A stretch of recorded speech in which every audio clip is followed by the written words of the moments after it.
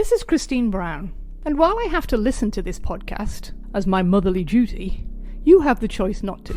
My sons sometimes say some naughty things when they're trying to be funny, but really, they're just being stupid. Do you still want to listen? Go right ahead. I am not your mother. Welcome back to the Patriots Dynasty Podcast. We are back once again. You're getting in the habit of this all of a sudden. With me is the always reliable... oh, no, he's not here. He's here 1 week, and then that's enough for him. So, but we do have the other reliables. Tim, the Tim turn. Tim, how you doing, bud? Excellent. Okay, excellent indeed. And all the way from Mexico, Esteban Moreno. You may Hola, still around. I'm not in Mexico anymore, Andy. Oh, whatever. I don't care. Are you working on your Spanish? The bottom half of you still is, isn't it? No. No. You're How's your Spanish coming on? You're gonna need it, Andy. Why am I gonna need it? Oh yeah, sorry, you're not invited to my wedding. Right, yeah, I'm fine. I like that you think I would come even if I was. What'd you get for skipping the podcast that week, Steve? That's all I had to do? Yeah, that's it. Oh man, I've been trying everything. Speaking of failures, I don't know how I'm going to transition that because this week we are doing the 2005 season. We're in week 5 where the Patriots travel to Hotlanta to face the Hotlanta Falcons. The surprisingly good Atlanta Falcons at this point. They are 3-1 on the season, early in the season. They have just come off of beating the hell out of the Vikings here in Atlanta on the back of 9 sacks versus the Vikings the week before. This Viking team was also in the NFC Championship last season. That was the team that the Eagles finally beat to get to the Super Bowl, only to lose to our Patriots. So that's a good time. But there is one piece missing on this team, and that is superstar Michael Vick. Steven, thoughts? When I first saw this, I was like, is this the game where Matt Schaub gets injured and Mike Vick comes in and it's Mike Vick's first game? And then I was like, wait a minute, I already watched that game years ago. Because there's a lot of shots of him on the sideline and sweats, and they keep panning over to Mike Vick. I was like, oh, is he gonna come in? I was like, wait a minute, no, I have this backwards. Yep. Who was the guy that got ragdolled? The other white Atlanta quarterback. Yeah, who was that? I believe it was Chris Chandler. Yes, Chris Chandler. That is correct. Yeah. Because Matt Schaub, Chris Chandler, just like super generic white guy names. They like kind of look the same. Yeah. Even Matt Ryan, you could throw him in there. You know, they've been trotting those guys out forever. My top note about Matt Schaub in here is Matt Schaub, discount brand Matt Ryan. Because he looks just the same. Value. He throws the same kind of ball. He just doesn't complete as many, basically. This is his second start, they said, right? Second start ever, yeah. He was drafted in the 3rd round the year before, in 2004. Because he set a ton of records at, I think, Virginia, something like that. Mm-hmm. Doesn't he parlay this into like a big contract, too, with someone? Seahawks, maybe? Nope. Texans, I thought, wasn't it? Yep. Yeah. Oh. Where he then threw, I think he has the most pick sixes in NFL history. That was him, yeah, because he have like a whole bunch in a row. He had like 4 or 5 weeks in a row where he'd throw a pick 6. I thought Jameis has got that. He might now. He may now. Yeah, at the time, nobody was better than Matt Schaub at throwing pick 6s. But yeah, the year before 2004, he was drafted in the 3rd round, but he was also the 5th quarterback drafted. The other 4 went in the 1st round. Because that was the Eli Manning, Phillip Rivers year when like all of that went down. I don't remember the other 2. The other 2. The other one I think was J.P. Lawson. Oh yeah. Bill's legend. Bill's legend, J.P. Lawson, who was not playing this week because they had a couple like sent it to New York, and Kelly Holcomb was in for the Bills over J.P. Lawson, and was leading the Bills to a victory over the then division leading Miami Dolphins at the time in Buffalo. So the legend of Kelly Holcomb begins, apparently. It's tough. Oof. I miss those days. Do you? Of the Bills just trotting out absolute dog shit at quarterback? Absolutely. That's true. Yeah, that's fair. You still got the Jets. Yeah. I follow a Jets fan on Twitter, and he's like, at first he was adamant that he didn't want Aaron Rodgers, one of the same people, to come to the Jets. And now that he's here, he's like all about. He's like, I don't understand why we're getting so much disrespect. Like, this is a Super Bowl winning team. Like, okay. So I do like the Jets this year. No. I'm big on them. No. Aaron Rodgers is I think, fucking, dude, if Aaron Rodgers like gets caught up in a sexual harassment scandal in New York, it's going to be fucking the best. I do hope he sends a check back. we may have to do an emergency episode if that happens, because that's going to be Absolutely. It's just going to be easy. I told you so. I told you so. Yeah. This is what you get for being the fucking Jets. So yeah, in New York when that happened? When Brett Favre did that, was he playing for the Jets when that happened, or was he still with Green Bay? Yeah, no, it was with I think it was with the Jets. It was that Okay. he was a staffer. Right. It was right around the same time as right. Broadway Joe was hitting on Susie Colbert. Right. They just can't. They just can't help themselves. Which we also watched. That was the we saw that game too. It was the end of 2002, I think, right? Speaking of awful Jets, it's awesome how great Geno Smith is. Now he's Big not a fan Jet. of that. Yeah, same. Big fan of that. Because then when Aaron Rodgers sucks, you can be like, you should have stuck with Geno, guys. Yeah. Maybe you hadn't broken Geno's jaw. Right. Oh, that's right. That was him. Oh my God. He got his jaw broken in the locker room by his own teammate. Over like a card fight. Yeah, like gambling debt. Yeah, exactly. Yikes. That's a good locker room leader, I guess. That's classic Jets. Learned his lesson. Yeah, exactly. So let's talk about this game. If you're gonna watch it, I would say watch the odd quarters. Because this is one of those games where each team swapped dominating a quarter. So the Patriots dominated the first and third, and the Falcons dominated the second and fourth. But the Patriots dominated just a little bit more because they would come out with a 31-28 win, if my math is correct. Uh-huh. I'm not very good at math, yeah. On a last-second out-of-inventory game-winning field goal. And by that, I mean there was 17 seconds left. Yeah, so Tim, give me your thoughts on this game, because I want to know if they match up with what I watched. Okay, well, my first thought is fuck Bill Sims. Hated him throughout the entire thing, and I got more and more angry as the game went on. But I'm rubbing off on everybody here. I fucking love this. Greg Brown wanted to start a because you guys weren't here last. Like Greg Brown wanted to start a "Get Off My Lawn" segment of the podcast where we're all allowed to bitch about something about the game or not the game. I kind of like that. I like that idea. Yeah, that was the first thing that kind of pissed me off.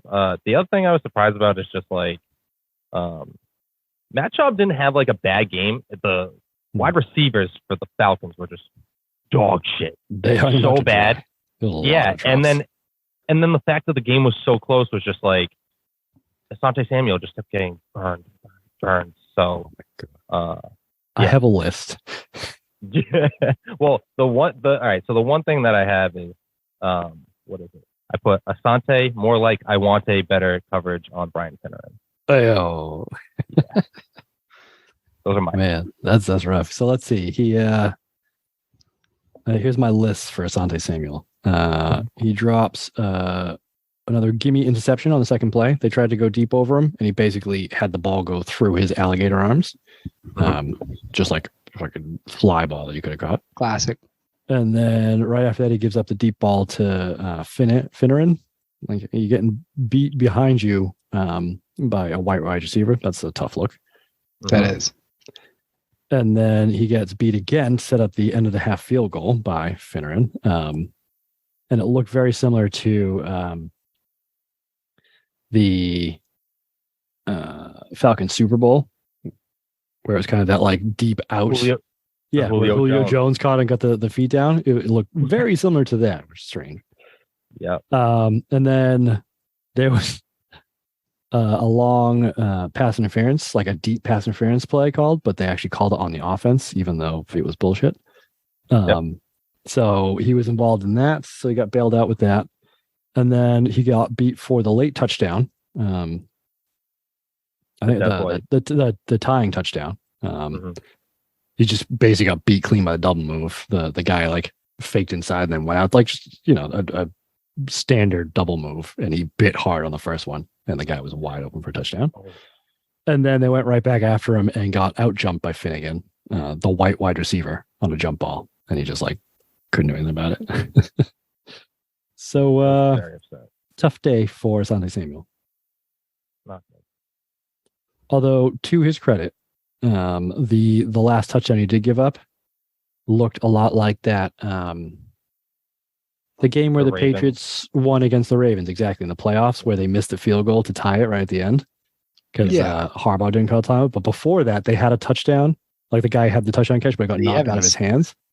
This play looked almost exactly the same, but they called it a touchdown, and Belichick didn't challenge it because there wasn't like enough evidence to overrule it, because he caught it and like he was up in the air. His both feet came down as the ball was getting slapped out. So it's like, So I put a touchdown catch in quotes in the score sheet, but it did count. I thought it should have counted. Yeah, but speaking of, I was going to say, I thought like the entire defensive backfield had a bit of a rough day.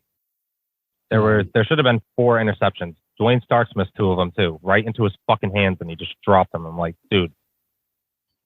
That's true, but I will also say that Dwayne Starks actually was the only one that had anything resembling a decent game, because at least those are pass breakups, which I think he had the most pass breakups in this game for either team.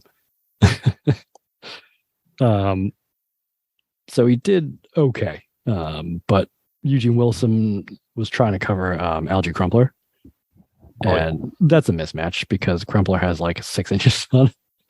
So and he's also massive. He's like, and so Crumpler just like run at him and then like cut into him, and there was nothing Wilson could do. He just like ran straight past him, like Steven running past the children that he coaches basketball. Just like doesn't even notice it there, Right. Just dunk right on top of him. Algie Crumpler used to play basketball. Do you know that? What? Algie Crumpler used to play basketball. Oh, did he? Oh, no, that's Tony Gonzalez. No. Did he? Antonio Gates. No, it's Antonio Gates. I think all 3 of them did. They probably all did, right?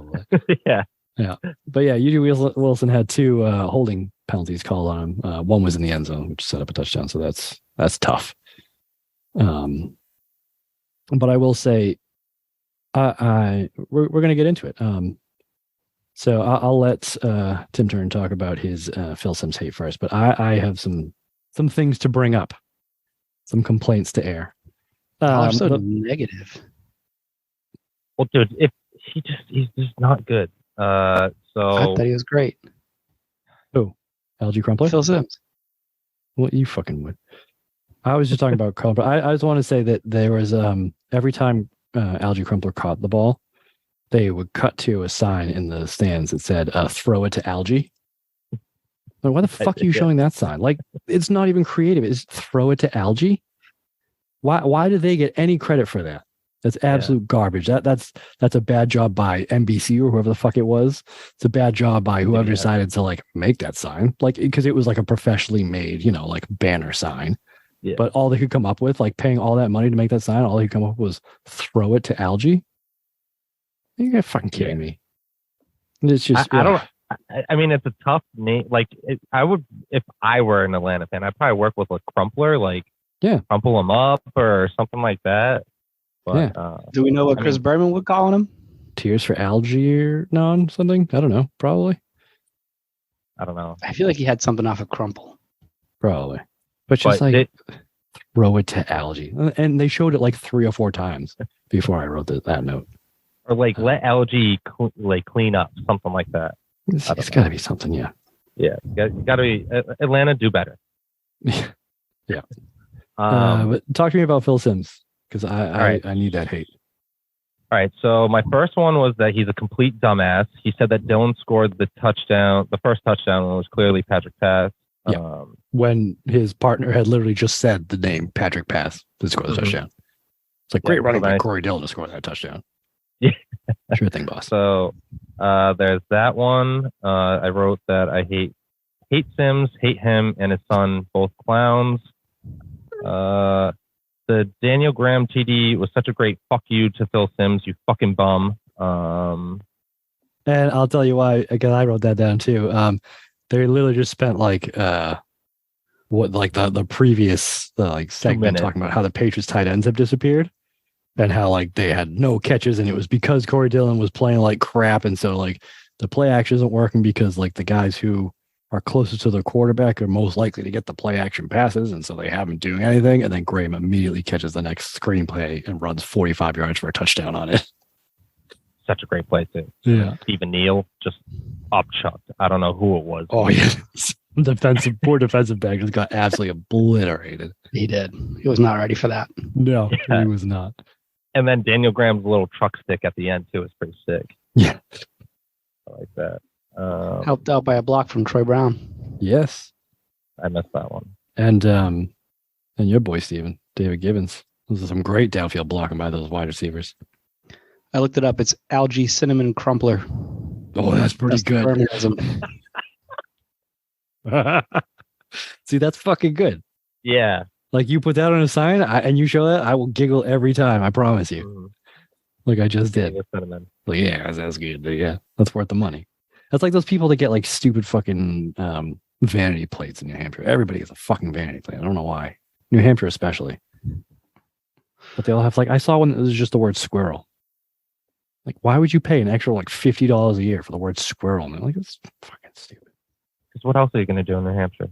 I don't know. Pay your property taxes. Fucking the highest in America. You know what you're doing that. Or what was the one that I saw the other day? I should take a picture. At least I can find it.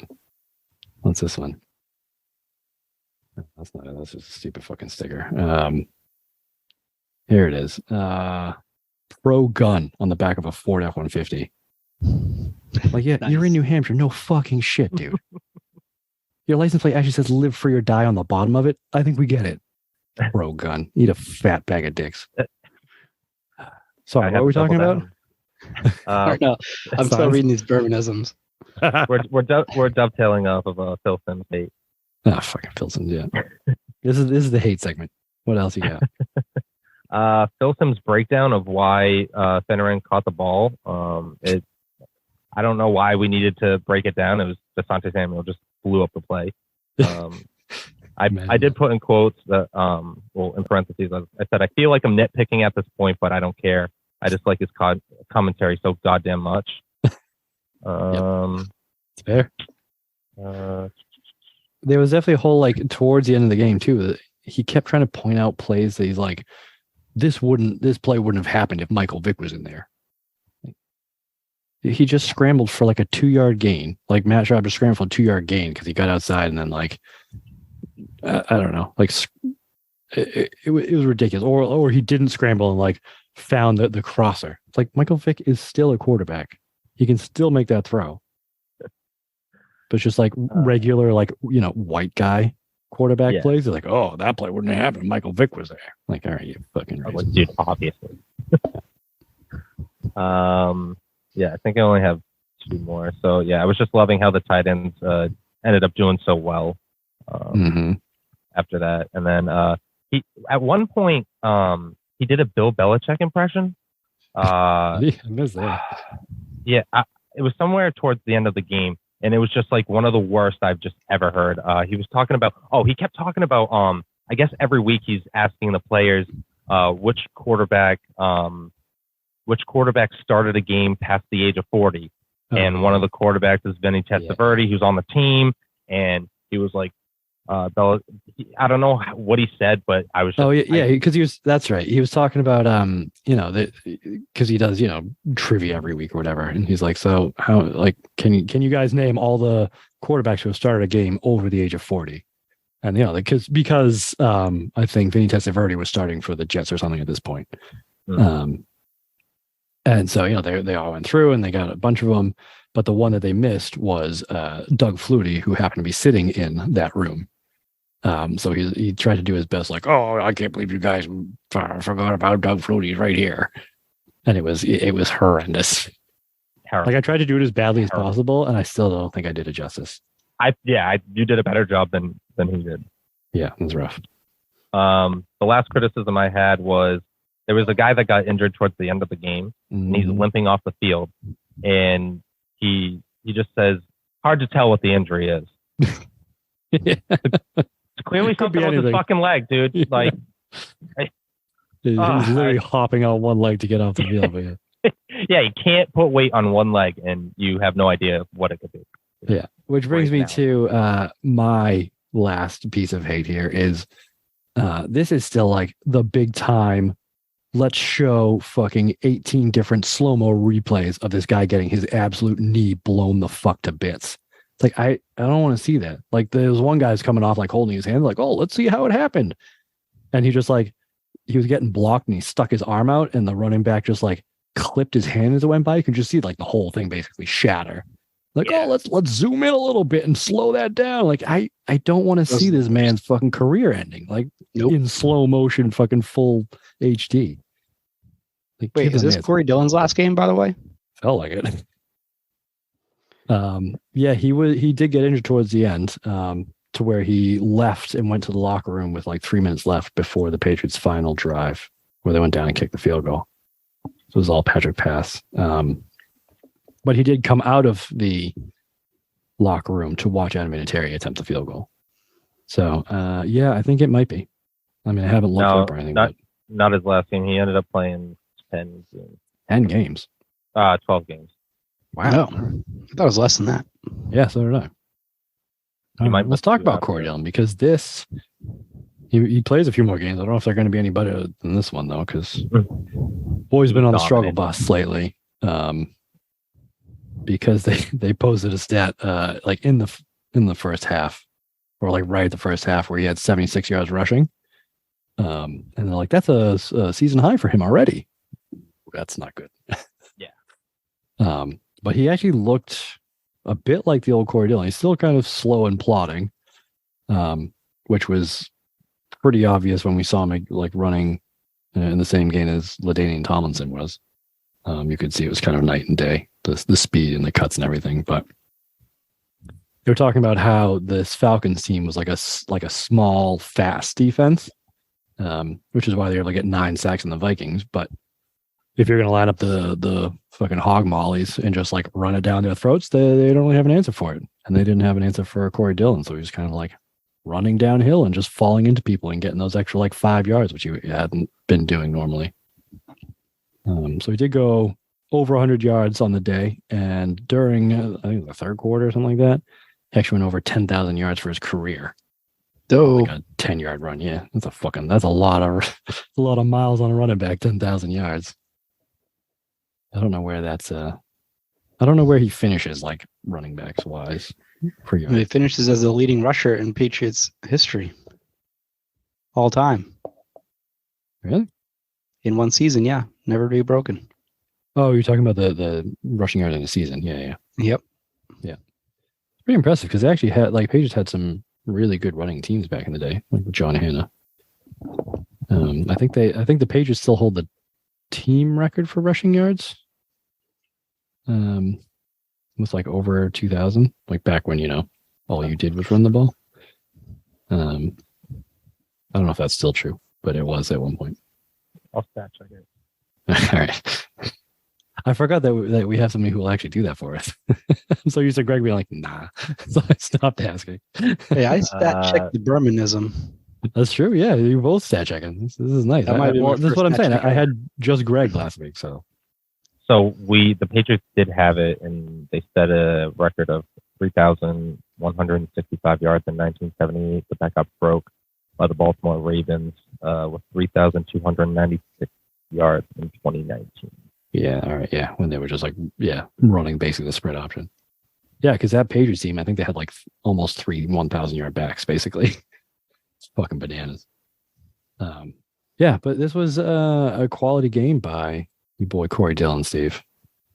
Although he was still showing his age because he, was basically the year before automatic on short yard situations, and this one he got stopped on 3rd and 1 twice by the Atlanta Falcons run defense, which is not what I'd call impressive. Blocking, did have not Corey Dillon. Huh? It's the blocking's fault, not Corey Dillon. Oh, of course, yeah. Yeah. But I think that's what we can say about Patrick Pass too. Who Georgia boy, playing in his hometown. I don't know his hometown, but his home state. Playing in front of his friends and family, just as Deion Branch was. And Patrick Pass got his rushing touchdown this game to open the scoring, actually. And then he actually looked quite good in relief for Corey Dillon. He's kind of, he's the Matt Schaub to Matt Ryan as Patrick Pass is to Corey Dillon. Well, Patrick Pass plays a different position. He's still running back. No, he's the fullback. Is he though? Patrick Pass is absolutely the fullback. Why was he lining up on the running back? But he's one of those guys that can do both, and he's a really good receiving fullback too. Yeah. So what you're saying, he's the best fullback in Patriots history? I don't know, dude. I have a few that I really like. Mark Edwards, Keith Evans, Patrick Pass, James Devlin. That's another one. They've had some pretty good fullbacks in the Belichick era. They have, yeah, but Patrick Pass is lit. Yeah. He also plays special teams. That's true too, yeah. My favorite thing is he only ever caught 1 touchdown from Tom Brady. And Mark Edwards never had a carry. Mark Edwards never had to carry more than 3 yards. Well, he never needed Mark Edwards was like a catch that back. Take the ball and fall over. Give me his average yards per carry. 3.0. Oh no, it's less than that. I bet it's a yard and a half. Jerome Bettis stat line. 5 carries, 2 yards, 4 touchdowns. So average. Those are exceptions. Wow. All right, rush. Yeah. Whatever it is, it would be higher than what I would get in an NFL game. Probably. I don't know, Steve. The year before he went to the Pats, he had 0.6 yards a game. So. Again, more than game, baby. Negative, positives. When he was with the Patriots, he had a long of 14 yards and a long of 17 yards. Okay. All right. So, who are we talking about? Patrick Pass or?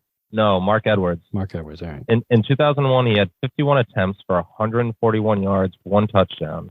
Oof. It's less than 3 yards a carry. Yeah. 2.8. And then the second year in 2002, 31 attempts for 96 yards. The long 3 yards, you got it up? Yeah. So 3.1. 3.1. So he averages about 3 yards a carry. Yeah. 3.9 average. Nailed it.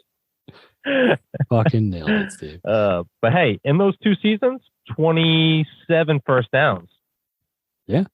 Efficient. I bet they were all from 3 yards or less. Easily. That 3rd and 1, baby. That's where you make your money. Oh, yeah. All right, what else we got to talk about in this game? Deion Branch, dude. Okay. Yeah. He went the fuck off. He was so he had dominant himself a game. Yeah, they could not cover him from the beginning where he toasted D'Angelo Hall early. Mm-hmm. He was the first. Yeah, was D'Angelo Hall good yet at this point in his career? Because he did not look like it. No, he didn't, did he? I don't know. He looked like nothing on defense. He looked like the scumbag that we know him to be. That's for sure. On the sideline, I saw him push. You didn't see? Did you ever see that Hard Knocks with him and DeAndre Hopkins? I don't. No. Oh yeah. Where DeAndre Hopkins basically jukes him out of his boots and he tears an ACL or something. He goes, "I fear God, homie. I fear God." That's right. Yeah, because they were both talking a whole bunch of trash at each other. Yeah. And then first play blows out his ACL trying to cover him. For the year. that was rough. Yeah. Go ahead. Nah, I have nothing. I do think Deion Branch had a great game, but if I was going to give my game ball to somebody, it would be Daniel Graham, because this was the best game of his career, I would say. In fact, I actually looked it up, and it was the most receiving yards he ever had was in this game. 5 targets, 5 receptions, 119 yards, and a touchdown. Average yards per reception, 23.8, and 3 first downs. And that touchdown was on a fucking tight end screenplay too, for 45 yards. Like that's legit. And he made some like catches where like they weren't an easy ball either, because we've been on him about dropping balls and stone hands and all that sort of shit. Mm-hmm. But he made some like legit catches. He looked like, I think, what the Patriots were hoping to get. But this was his peak. It's as good as it gets. You'll never have this many receiving yards ever again. Well, Ben Watson got a TD too. This is Belichick's plan finally coming to fruition right now. Exactly. In this game. He's got that dual tight end that he has been looking for. It's his white whale, I think, that dual tight end threat that he got a small taste of with the Gronk Hernandez year. What was it? 2010, 2012, whenever that was. Yeah, That was more like a small hit of meth. Yeah, but what a hit it was, though, Steve. That's a high. If you wake up in your house, blood all over your hands. Hey, you do what you got to do. So he actually had 2 receptions of more than 35 yards in one game, which for Daniel Graham is fucking great. Yeah, this is like just one of those things where he just gives you that hope and then just takes it away. It's like it's that flash of you can see what he could be if you could catch. Which the flash of Gronk.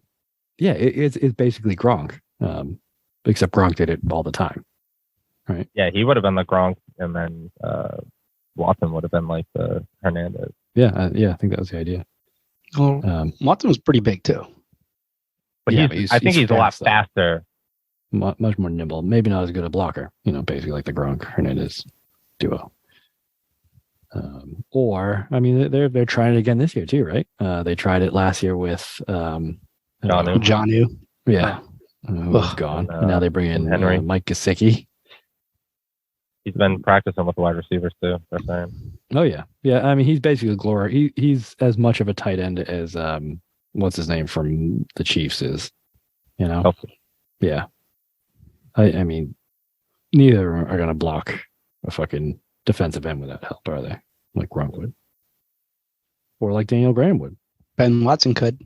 Could he? I don't know. Probably. He was a big boy. I think towards the end, he became a better blocker. That's probably true. Yeah. Didn't he? Wasn't he the one that like he tried to come out of retirement after Gronk retired, but then got popped for PEDs like immediately because whatever he was taking, like because he was retired, got like flagged.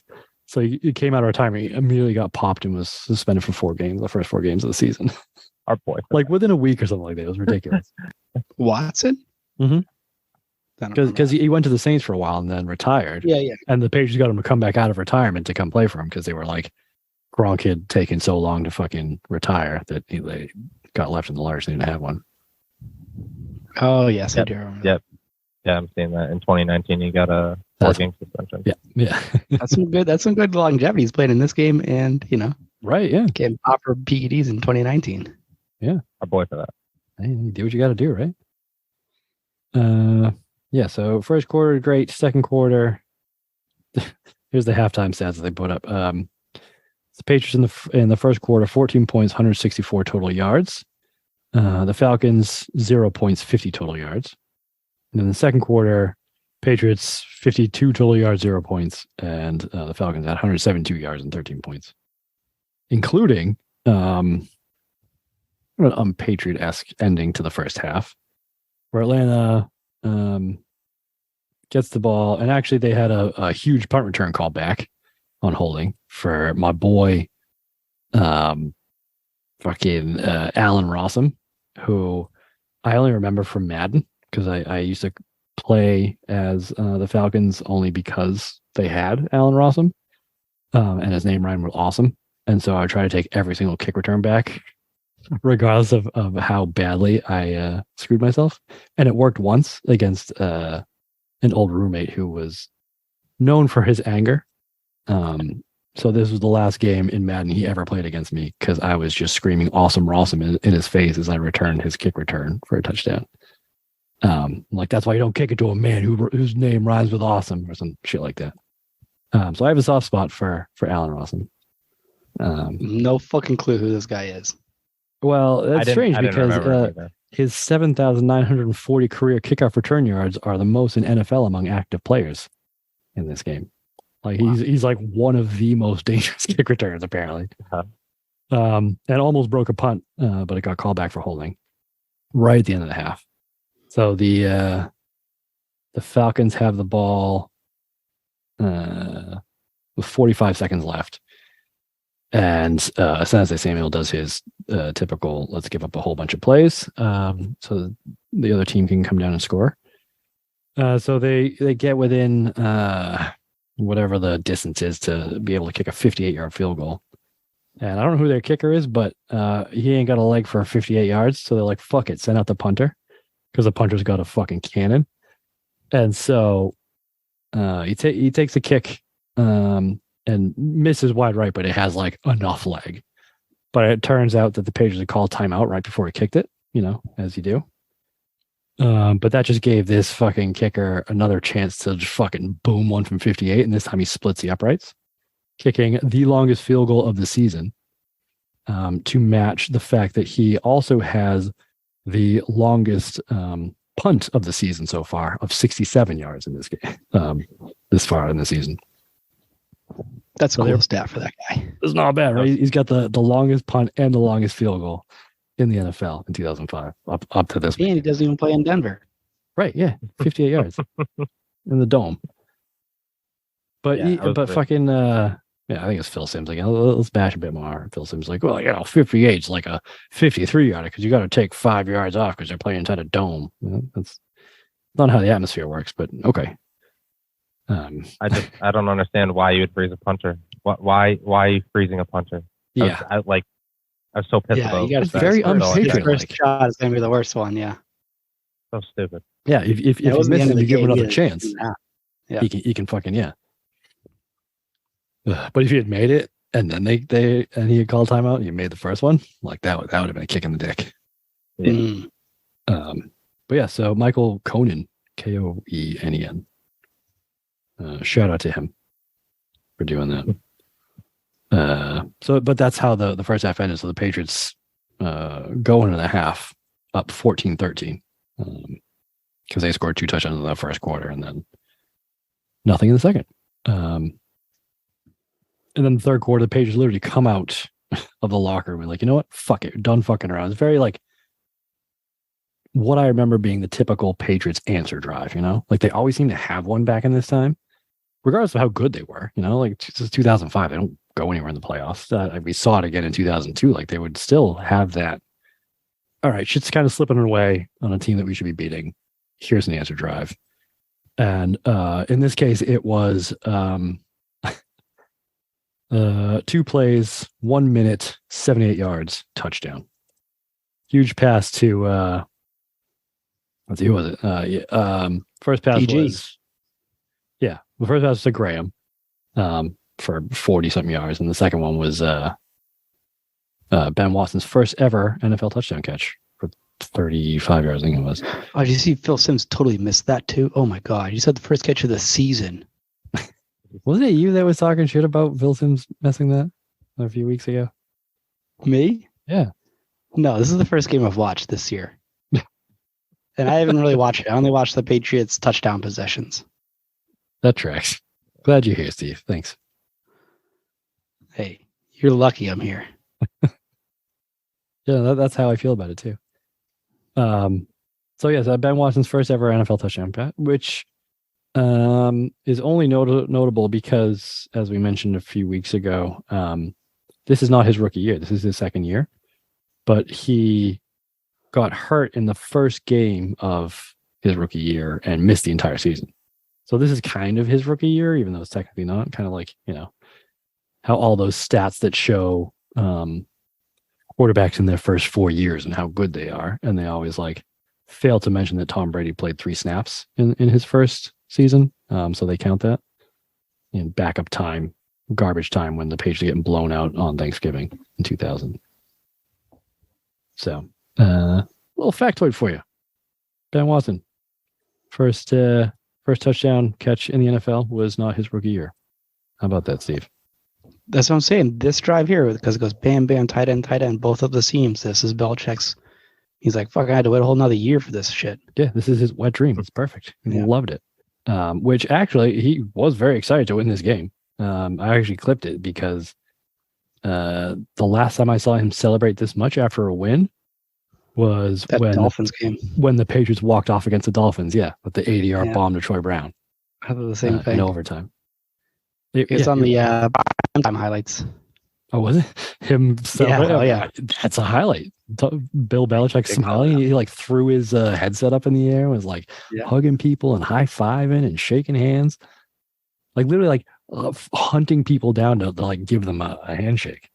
Like this is very un-Belichick like. Yeah, I thought it was really weird when he tossed the headset. Yeah. I think he knew he fucked up a little bit in coaching. A week 4 non-divisional game too, you know. Yeah, but I mean, this is a good tight end wet dream coming true. Yeah, good Falcons team. Yeah, no Michael Vick, even though they had to. A big fan of yeah, they the Falcons apparently were like keeping whether or not Michael Vick would start very close to their chest, to the point where they talked about Matt Schaub didn't know he was actually the starter until Friday after practice when he was told to break down the team. So that's good. And then, yeah, this whole, they were talking about also how Doug Flutie was playing the part of Mike Vick in practice. Probably basically just like taking snap and running around like a fucking madman, which is kind of Doug Flutie's game anyway. But I would pay like actual money to see a video of that practice of Doug Flutie doing the Mike Vick impression in practice. Fucking amazing. I wonder if he was like trying to throw it lefty as well.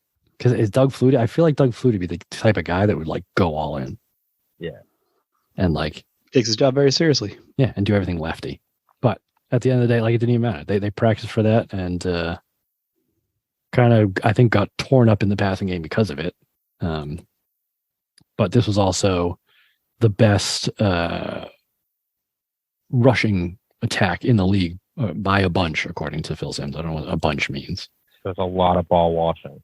Yeah, a lot of ball washing. But the work done was pretty good, except on blitz pickup.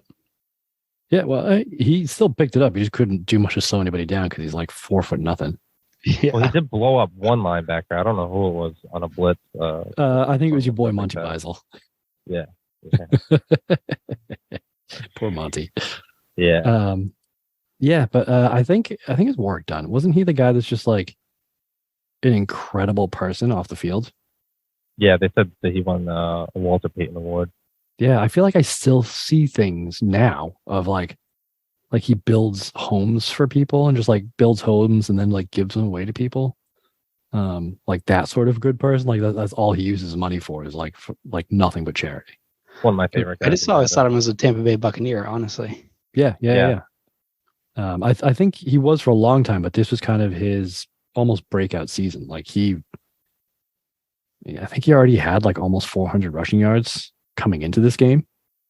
And the where do they say the I mean, a prime work done and prime Mike Vick combo is deadly.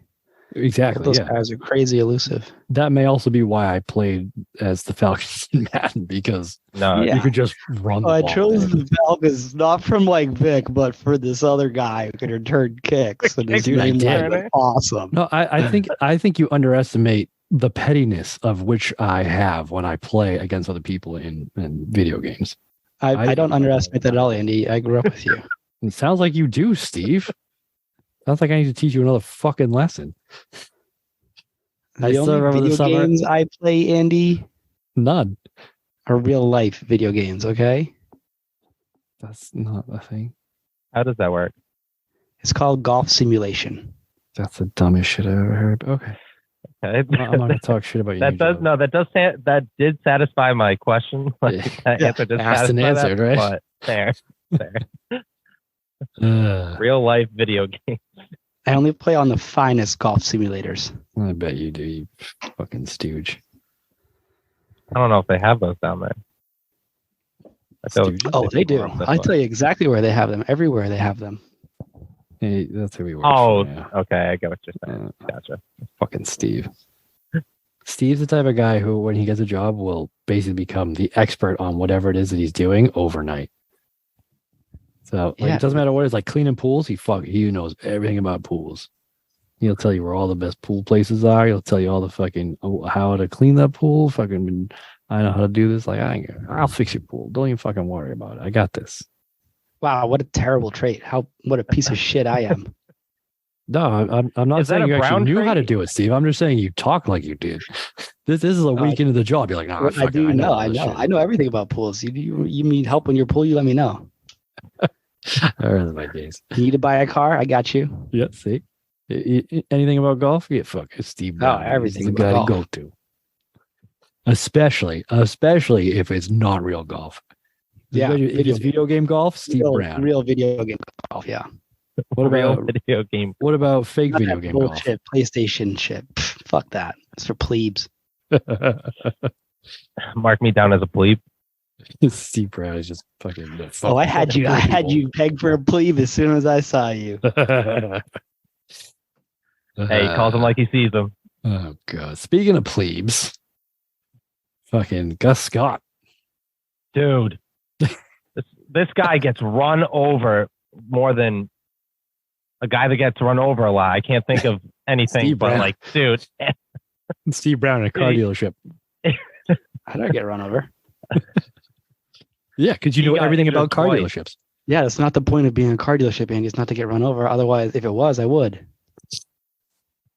You'd be doing it overnight. Exactly. Yeah, you'd be the most run over ever. That's right. Yeah.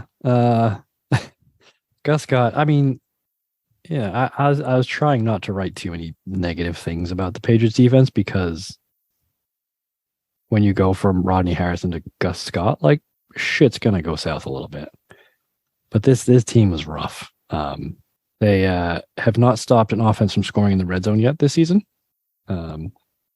Teams had 9 touchdowns and 3 field goals and 12 attempts coming in, and I'm pretty sure the Falcons scored on every single one of their drives that got to the red zone. I mean, they held them to a couple field goals, but I mean, whatever.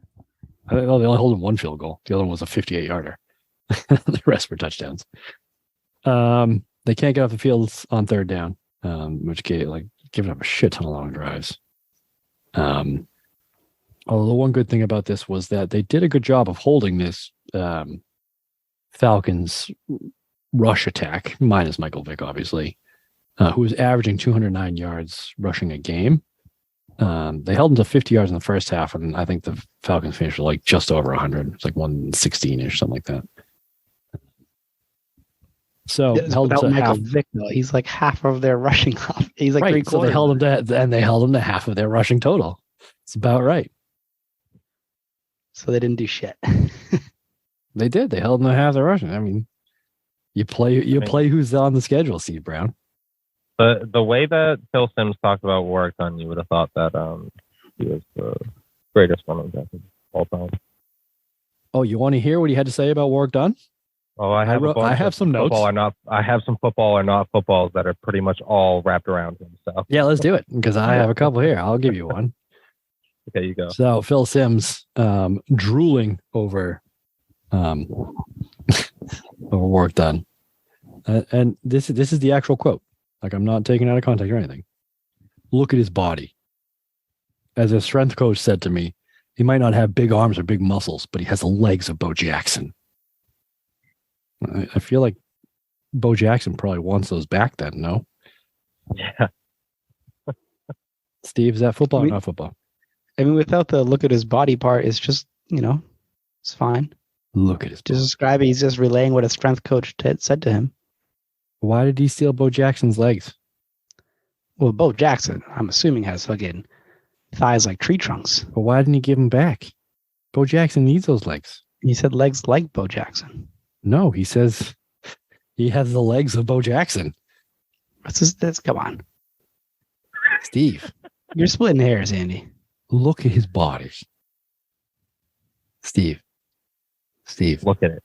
Would you Work just done? look at it? Work done. Look at his body. I didn't watch it because I didn't watch any of the Buccaneers offense. Very But, naughty. Yeah, that's right. But Bo Jackson is what? He's like six something, like 200 pounds. Yeah, Work Bo done, Jackson's a big boy. 5'9", 180 pounds. He's the same insane. size as Steve Brown. half of those poundage are in his thighs. Yeah. I don't know. Well, on Sometimes TV, a it didn't look naughty that boy. big. Yeah, because he actually did come back to it too. When Warwick Dunn, I don't know, broke a tackle maybe, and the quote was, "Look at the size of those legs. They are abnormally big legs," and that was the pause too. Like he had that pause before abnormally. He's trying to come up with a description. He's like, they are. I think he wanted to say centrally big legs, but then he realized he was on air, so he censored himself. Abnormally big legs. But he was saying it just like he had very nasally. He was very. He was all over the place. He was tripping all over his words. I noticed too. Like I don't know if he was hungover or something. He did not. Those things was just garbage. Boy was drunk. Yeah, something. All right, coming back to it is a little weird. Steve, look at his body. Warwick Dunn, look at it. Doesn't even look like a football player. Look at those legs, Steve. All right, let's keep it moving. The size of those legs. Yeah, cool. They are abnormally big. Football or not football? Not football. All right, moving on.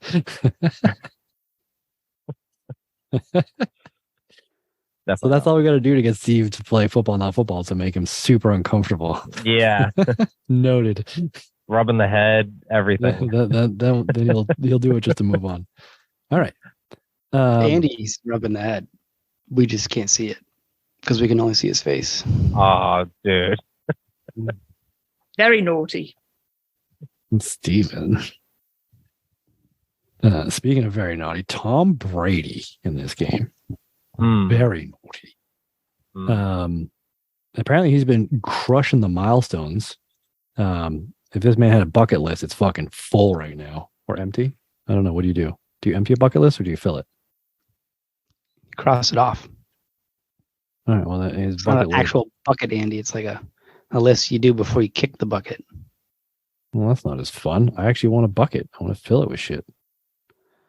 Dude, he's not even like that bucket of his is only like 1/15% full. He's like, 15,000 yards. Does he end up with like 300,000? I don't think it's quite that bad, but he ends up with a lot of yards. Yeah. Statue, indeed. Yeah, so in week 2, he got 100 TD passes. Like, big fucking deal. Do you know how many this guy gets? 89,214 yards. Damn, yeah, that's it. He's already at 15. He only ends up with 89. Fucking scrub. All right, but yeah, week 2 he had, like you said, his 100th touchdown pass. Week 3 was his 50th win, and week 4 was 15,000 passing yards. And in this game, his first incompletion came with 10 minutes left in the second quarter. Not too bad. And it should have been caught. David Givens thing. It should have been, yeah. And it was a great play to avoid the free rusher coming directly up his face. Like Tom Brady took some fucking shots in this game. The whole Tom Brady never takes hits sort of thing, because after he crossed the age of 40, he decided to like curl up on a ball every time there's a free rusher instead of standing there and taking a shot directly to the fucking sternum for no reason. This was still back in the take the shot directly in the sternum era. He got beat to bits in this. But he also fucking played out of his mind too. Like that deep ball to Bethel Johnson, damn near scraped the roof. He threw it so high. It was amazing. And almost overthrew Bethel Johnson, which I feel like is hard to do because Bethel Johnson has one trait, and that's run fast straight. Like that's his jam. He had like 2 steps on his defenders too. Yeah. Oh yeah.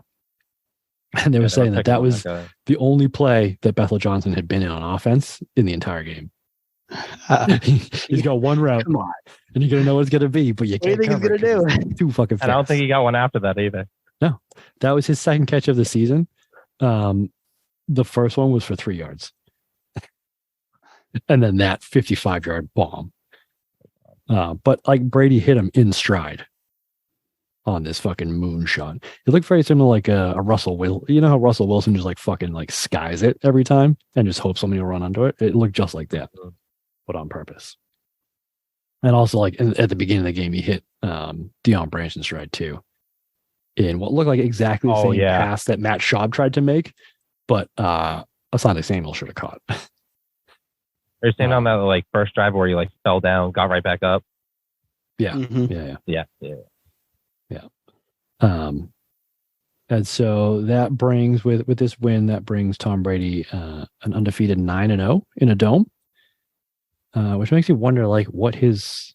I mean, obviously he doesn't stay undefeated in a dome, but I'm wondering what his actual dome record is because I bet it's fucking probably better than his like overall record, like win percentage wise. Obviously. Which I think makes what he's done. Like I'm curious like what the splits are like. Does he have like more average passing yards in a dome than not, which you would assume he does? Because I want to know like what his numbers would be if he played in a dome, like if he got drafted by the Colts, you know what I mean? That check. I think it's gonna be a tough one to look up. I don't know if this. I mean, this from StatMuse, but it says. Okay, yeah, that's not right. This says he has a 251-84 record in his career. Yeah, that's not right. Yeah, which still not bad. Can't believe your website doesn't have this stat, Andy. Come on. It might somewhere. I don't know. It's been a while. But for stats, it says that he has a 71.7 completion percentage on 427 attempts. 71%. That's pretty good. 3,671 yards, 31 touchdowns, and 7 picks.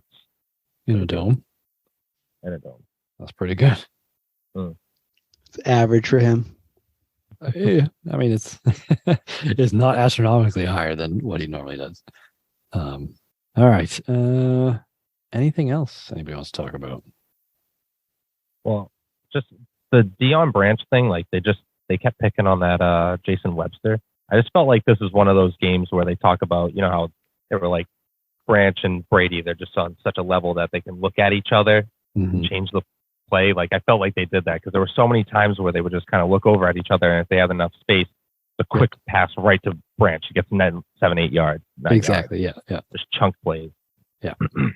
Yeah. It happened multiple times. You're absolutely right. Yeah, and it was. There's no call or anything. I remember some wide receiver talking about that exact thing, where if Brady looks at you, then that actually means something. Like it's a kind of a check, but then if he like looks at you again, it turns into something different, or it's like all the, and like depending on where his hands are when he looks at you, like that like the amount of like bullshit that Tom Brady has like put into the system eventually is just like out of this world. Which just makes so much sense why new guys coming in take so long to like get up to speed with a Tom Brady offense. So what I'm saying is it's not N'Keal Harry's fault. Yes, it is. No, I blame Tom Brady for that one. Just that one. Joey Galloway's fault. Or who was the Colts wide receiver that came over at the end and like Reggie Wayne. Yeah, lasted 2 practices. Like, nah, fucking I retire. Dude, you gotta respect that.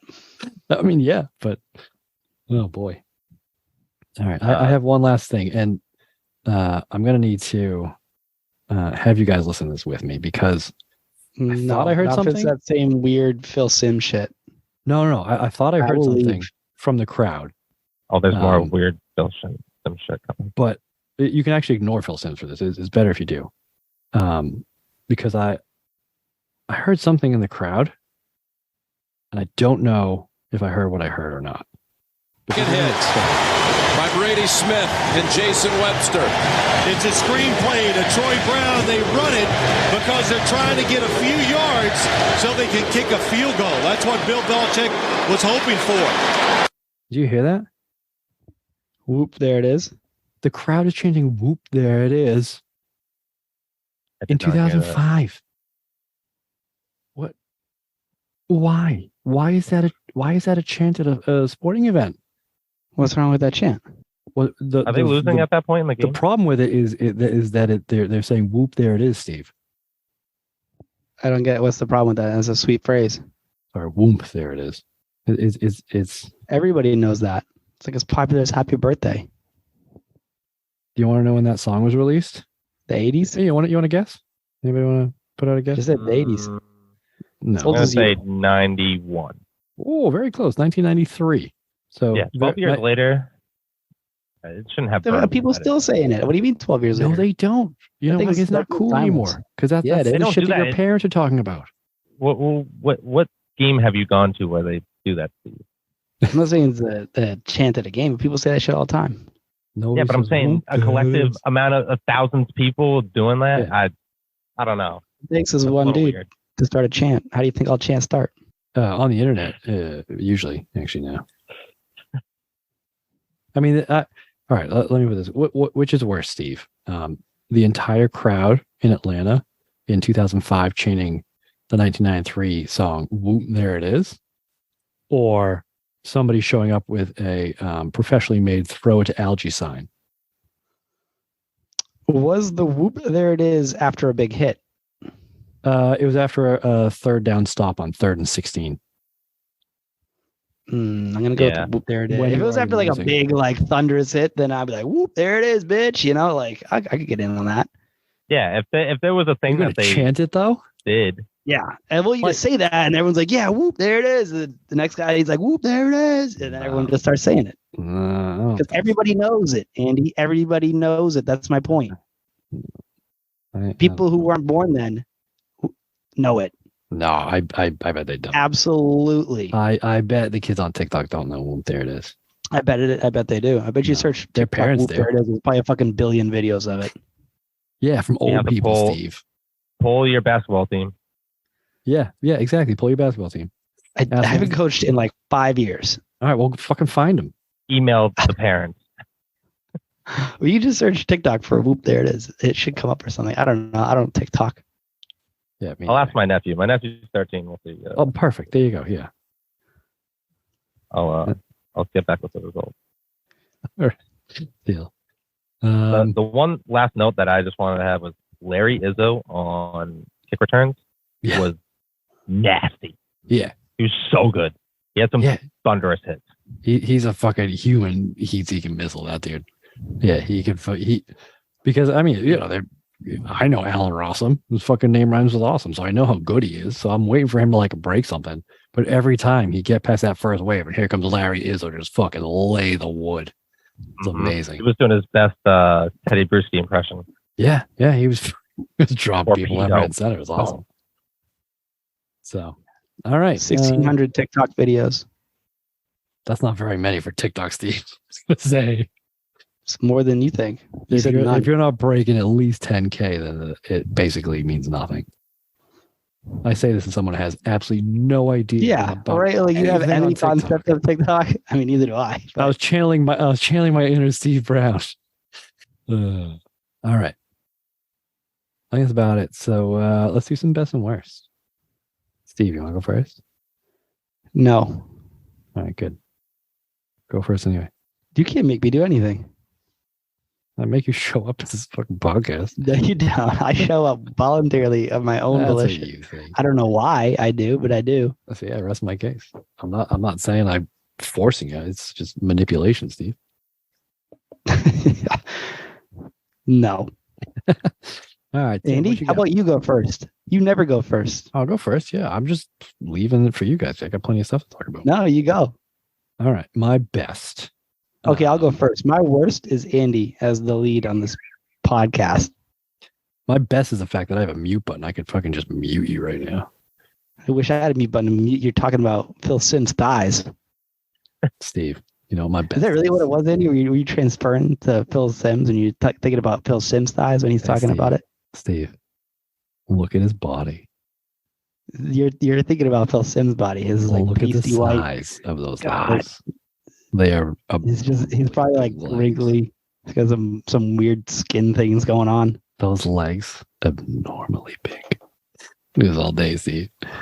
All right, let's see. My best was Phil Simms, key to victory for the Falcons defense.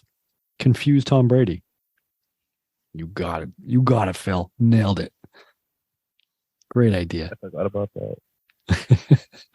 That was early too, and I thought, oh dear. And let's see, where was my worst? I had it here a second ago. Jim Mora at halftime. He's kind of like the wonderkind at this point. This is his second year coaching the Falcons, and last year they took him to the NFC Championship game, so he thinks he's hot shit. Very similar to McVay, I think, the Rams. Thinks he's super fucking smart, but now his team is falling apart around him. So he's, first of all, he's 10-1 at home as a head coach, not bad. But at halftime, he's like all like giddy, he's like, and he's doing the halftime interviews from off the field. Like, oh, what do you think about that? Was that your call to send the punter out to kick that 58-yard field goal? He's like, nah, that had nothing to do with me. That was like a coach's decision or whatever.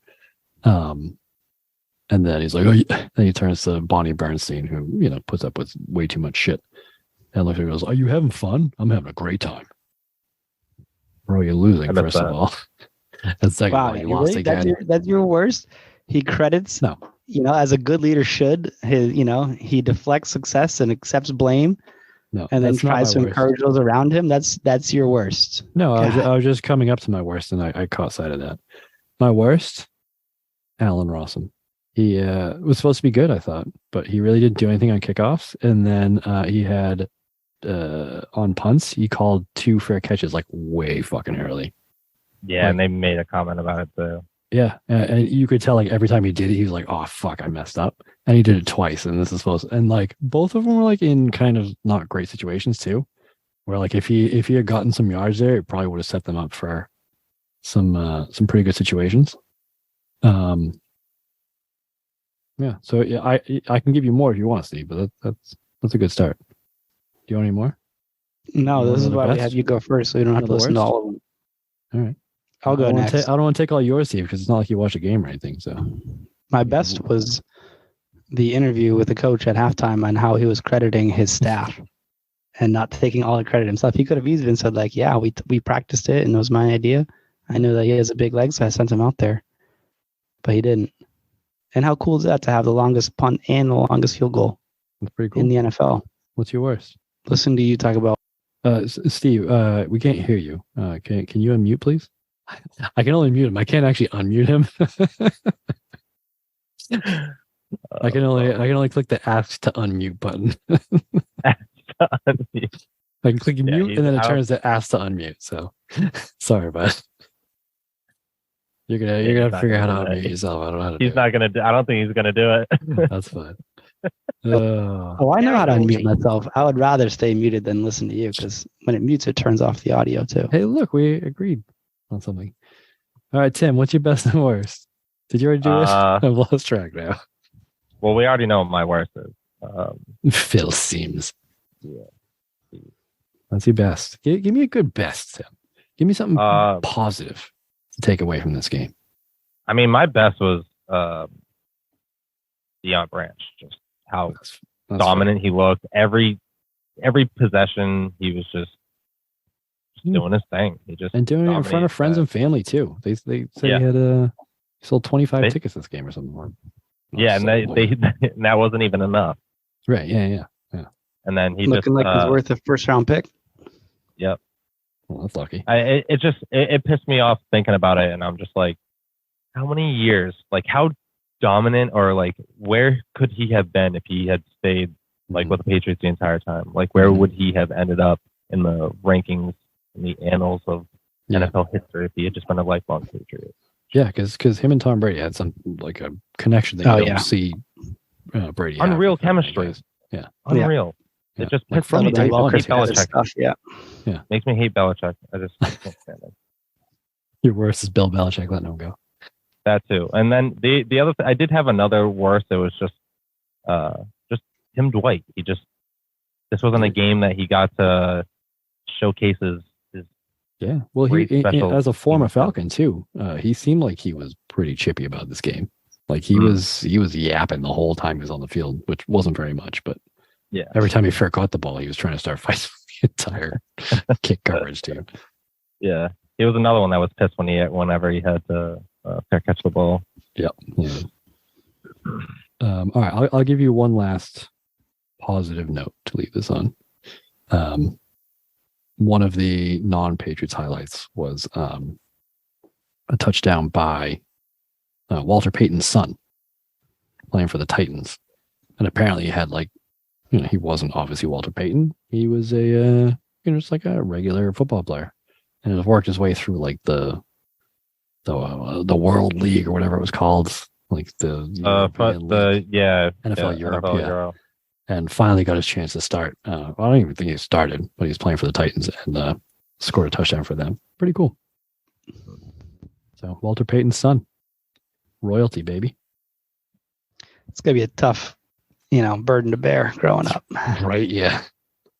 And I feel like if that were me, like you can't play football. It's like Tom Brady's kids, like they can't play football because you won't be Tom Brady. Do something Or else. Jordan's kids. Yeah, literally anything else. I can take up You can flip in squash. sports. Yeah, Play golf. pickleball, done. Tom Brady ain't playing pickleball. Yeah, real They video do- games. Yeah, they could play real video game golf, simulator golf. Well, they can play fake video game golf. It's even better. A whole lot easier, Steve. Better on your knees, from what I've heard. Do we You want know to do? what Go ahead. No. Hmm? I don't want to keep engaging Andy. This is going to be we're going to be here for like another 20 minutes. I'm ready to be done. I think I'm out. I think that's all my notes. I took a lot of notes. All right. What's next week, Steve? Fuck if I know. Typical. Patriots traveling to Invesco Field at Mile High. A terrible name for field. Take on Mike Shanahan and his Denver Broncos. Coming into this game 4-1. I'm riding high at Mile High. Ain't that right, Steve Brown? You know all about that. No, I've actually never been to Denver. I wasn't talking about the Denver part. We will see if the Patriots can continue this win streak or if they're going to keep bouncing back and forth between wins and losses because they still have not lost 2 in a row since 2002. Not too shabby. And I feel like they won't for a long time. That was a pretty long record. So that's what we will see you next week on the Patriots Dynasty Podcast. So we will see you later. Adios. Later. Tune in next week to see how much of a blubbering little bitch Greg is on the Patriots Dynasty Podcast. If he fucking shows up.